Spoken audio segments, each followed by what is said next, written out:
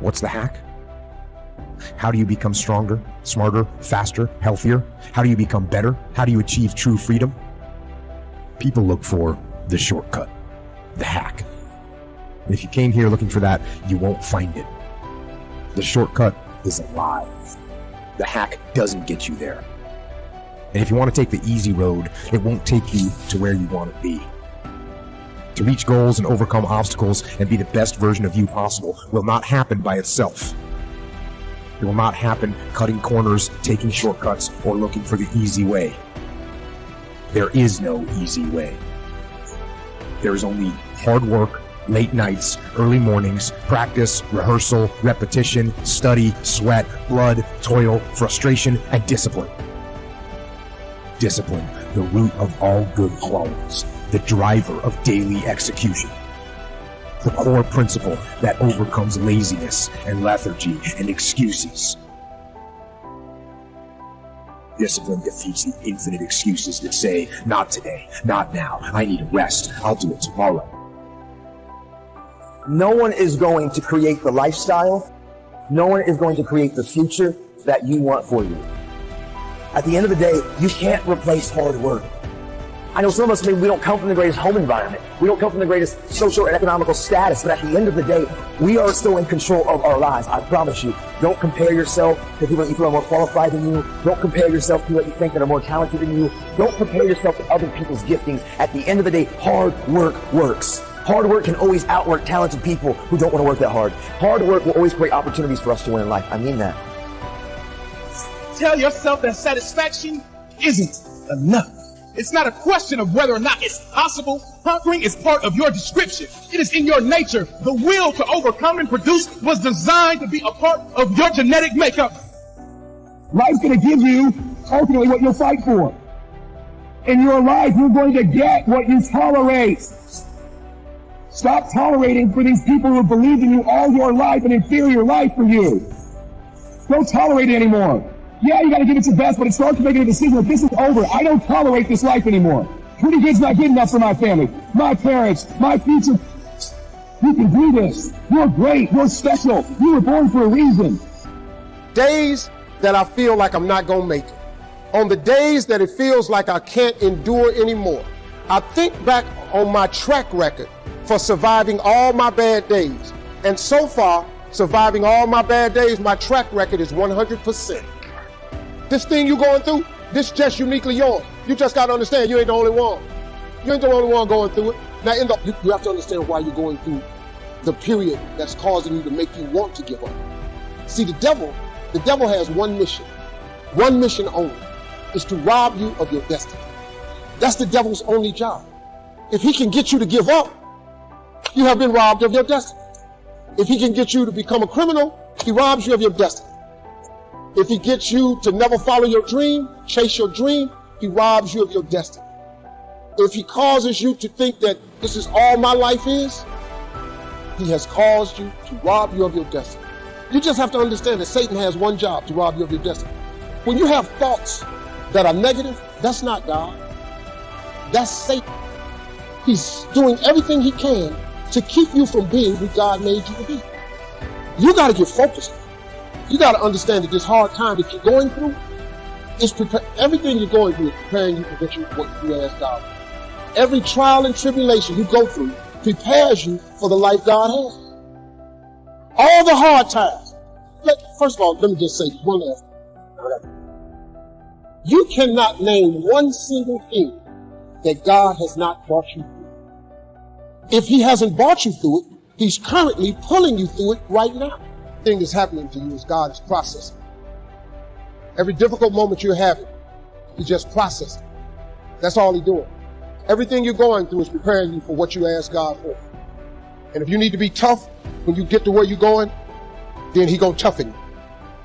If you got to be more caring along the way, he's going to let you have some trials come your way that's going to have to produce that in you.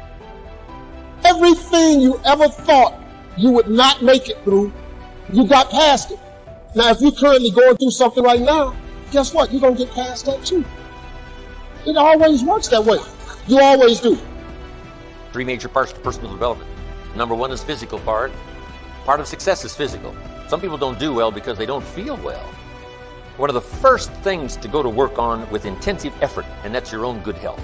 Because a lot of things come from that. You know, the future possibilities could be greatly diminished by being lazy in producing maximum health. If you'll take care of that as a support system, you can't believe what else is possible. You can't believe what the mind can think of. You can't believe your imagination and your faith and your ability to say, hey, I'll go to work and produce the muscle to do the deal. Why? I'm healthy. I'm vigorous. I'm vital. I'm not out of breath. But sometimes, you know, when all these ideas and stuff comes and, you know, you're a little bit too weak to even attempt, you say, oh, I'm not sure I can do that. The doubts sometimes are more physical than they are mental. You haven't got the vitality to believe it's possible. But if you've got the vitality and the strength and you've got the health to do it, I'm telling you, ideas seem to love to be invested in healthy people that have got the ability and the ambition to pull it off. They've got the health to do it. They've got the strength to do it. So why not start with the health and see if your own vitality would inspire you to more imagination? Because now when you imagine, you can pull it off. But if you can't pull it off, you know, why imagine? The imagination says, why to go to work and spin all of these goals and stuff when the body isn't ready to produce? So start with physical. It's very important. Now here's some good ideas. There's scripture that says this, treat your body like a temple. Excellent phrase. A temple meaning something you take extremely good care of. Treat your body like a temple, not a woodshed. Here's why. The body and the mind work together. The body and the physical and the health is a support system for the mental that can dream, that can think, that can ponder, that can wonder, that can design, that can believe, that can have the spirit and all that's possible in terms of emotional content.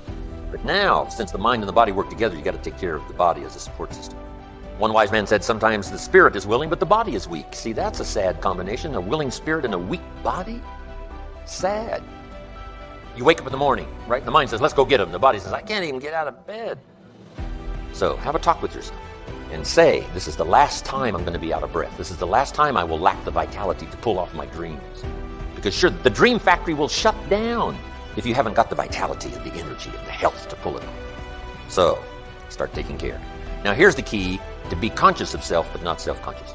You just got to take care of it. You don't have to be a fanatic. It doesn't take 8 hours a day pushing weights to have relative good health. Just do the simple stuff, the exercise and the nutrition and the health and this. Just do the stuff.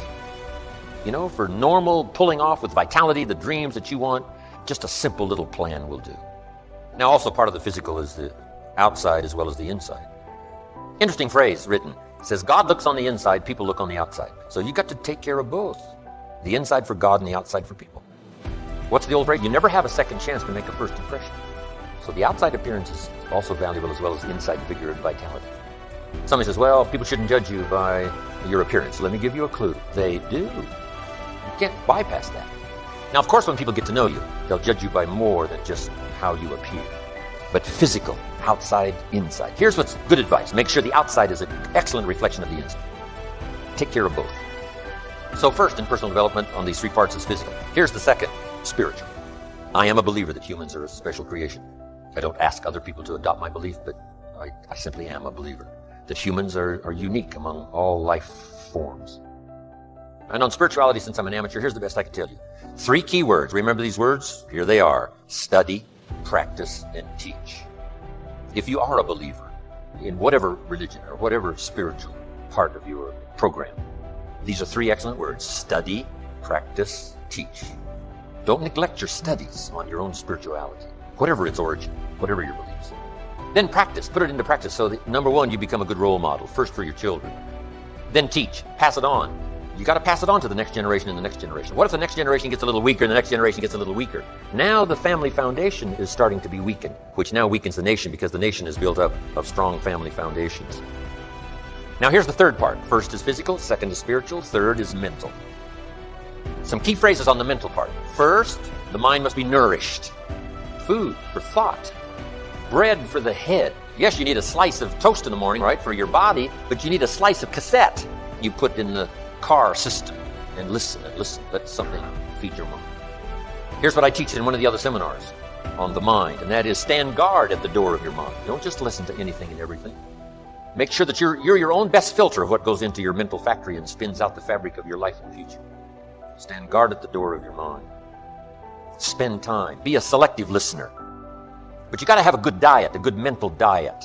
When you walk into a home and walk into the pantry of the kitchen, you take a look, what's in there. This family's either going to be healthy or it isn't going to be healthy. And a lot depends on what's in the cupboard. what you bring home, right, from the grocery store that you feast on for the body. Now here's what's important, a proper menu for the mind to make sure that it's got a wide range of nourishment, because the mind needs the full education, the education of the dangers of life as well as the possibilities of life. Life consists of really two major things. One is avoiding the dangers and taking advantage of the opportunities. That's what life is all about, avoiding the dangers and taking advantage of the opportunities. Now, by education, you've got to be able to see both, where somebody points out to you, these are the dangers, these are the possibilities. And if you keep refining your ability to see the dangers, to avoid as many as possible, and to see as many opportunities as possible, and to maximize those as you go and refine and go produce and refine, now that starts to develop the foundation for what we call a good life, a productive life, a fulfilled life. And we need this mental input so that you'll have mental food to feast on long after the lights are out and we've left the premises. Now, we also need mental exercise. We talked about debate earlier. That's good mental exercise, is it or isn't it? Here's what's important, to debate with yourself, to look at both sides of the issue. You must be a student of tragedy as well as triumph. You must be a student of ill as well as good. Ideas, learning to debate with yourself, what's good, what's bad, what's good for you, what isn't good for you. Keep your mind vigorous. Study evil as well as good. You need a good library. And in this library, you need all kinds of diversity. You need a book on Gandhi and you need a book on Hitler. Gandhi to show you how high and lofty someone's ambitions that are noble can go, and the other one to show you how despicable and low someone can sink in terms of pure evil embodied in a human. Don't be afraid of the debate. Don't be afraid of the health debate. Don't be afraid of the religious debate, the spiritual debate. Don't be afraid of something you believe in to be challenged, because that's where the vigor and the flourishing of something is. It survives the debate. If it survives the debate, it's a pretty good idea. Okay, mental exercises. So, feed the mind, debate, exercise, a continual diet. You can't go too long in between the classes and the schools and the seminars and the sermons where things are being taught of value. Here's what else is important. You've got to go to everything you can afford. Have a good plan, weekly plan, monthly plan to go to a variety of things, go to a variety of things, go to a variety of things. And don't miss the chance. Even if you're involved in a certain company and they say, we're going to have a training class. You say, I've been to one of those. I'm asking, you got to go again, and you got to go again. You can't get it all the first time. When they call a little training class, make sure you're there. Here's why. Some of them are going to be life-changing. And you don't know which experience is going to be life-changing. You can't pick the one. You just got to go, go, go, go. One is life-changing. You go again, you go again, you go again. Another one is life-changing. For the people that were there, somebody that you met, something that you heard, and that one was just perfect. The atmosphere was right, the crowd was right, and everything was right, and you'll never be the same again. And you don't know which one that's going to be. That's why you've got to pursue. Go often, have a good plan for the search of knowledge and ideas that can inspire to the best of your potential. So now we've got the physical, we've got the spiritual, we've got the mental parts of personal development, of personal development, of personal development, of personal development, of personal development, of personal development, of personal development.